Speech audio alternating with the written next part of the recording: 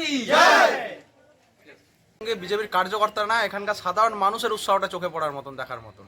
আপনি দেখেছেন দিল্লিতে যে 27 বছর সরকারকে ফেলেছে, আপের মতন একটা সরকার ছিল যারা প্রতিষ্ঠিত হয়েছে দুর্নীতির বিরুদ্ধে লড়াই করার জন্য। আজকে সেই সরকারের মুখ্যমন্ত্রী দুর্নীতিগ্রস্ত, তাই দিল্লির মানুষ জনতা ঠিক করে পদ্মফুলকে জিতিয়েছে এবং ওখানে মোদিজির নেতৃত্বে সরকার গঠন হচ্ছে। এটাই সবথেকে বড় ব্যাপার। শুধুমাত্র দিল্লি না, গোটা আমাদের ভারতবর্ষ জুড়ে 80% জায়গায় আপনি দেখতে পাবেন যে বিজেপির সরকার চলছে।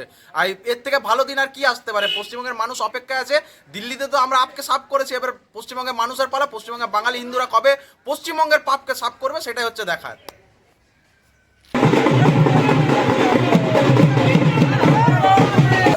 पूरे भारत में 80% जगह 80% राज्य में भाजपा का परचम फहर चुका है और 2026 में हम लोग पश्चिम बंगाल में भी भारतीय जनता पार्टी का सरकार बनाने जा रहे हैं।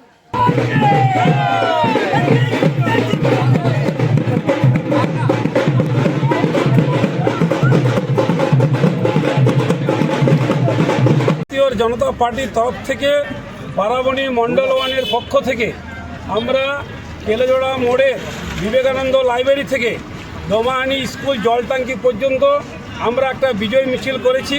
তার কারণ দীর্ঘ 27 বছর পর দিল্লিতে আপ সরকার যে 14 বছর ছিল, যে কেজরিওয়াল, তার যে অহংকার, তার যে দুর্নীতি, তার বিরুদ্ধে দিল্লির মানুষ আমাদের ভারতীয় জনতা পার্টির যে নরেন্দ্র মোদীজির নেতৃত্বে যে সরকার চলছে, সে নরেন্দ্র মোদীর যে সুশাসন এবং বিকাশের পক্ষে ভোট দিয়েছে এবং তারা সেখানের যে দুর্নীতি এবং অহংকারের বিপক্ষে ভোট দিয়েছে।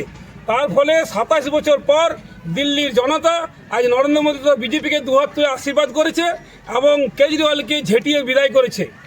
এবং আমাদের পশ্চিমবঙ্গে দীর্ঘ 14 বছরে আজকে মমতা ব্যানার্জির শাসনকালে এখানে আইনের কোনো শাসন নেই, শাসকের আইন চলছে। বাংলায় ঐতিহ্য বিপন্ন, সংস্কৃতি বিপন্ন, বাংলায় কোনো শিল্প নেই 14 বছরে। বাংলাতে ভালো স্বাস্থ্যকেন্দ্রে কোথাও কোনো ওষুধ নেই এবং এখানে তৃণমূল নেতারা, এখানে পশ্চিমবাংলায় কোনো গণতন্ত্র নেই।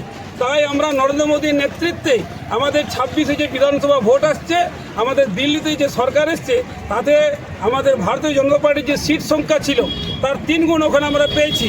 আমরা পেয়েছি 70-এর মধ্যে 48টা, ওরা পেয়েছে 22। আমরা এখানে যে 77টা পেয়েছি।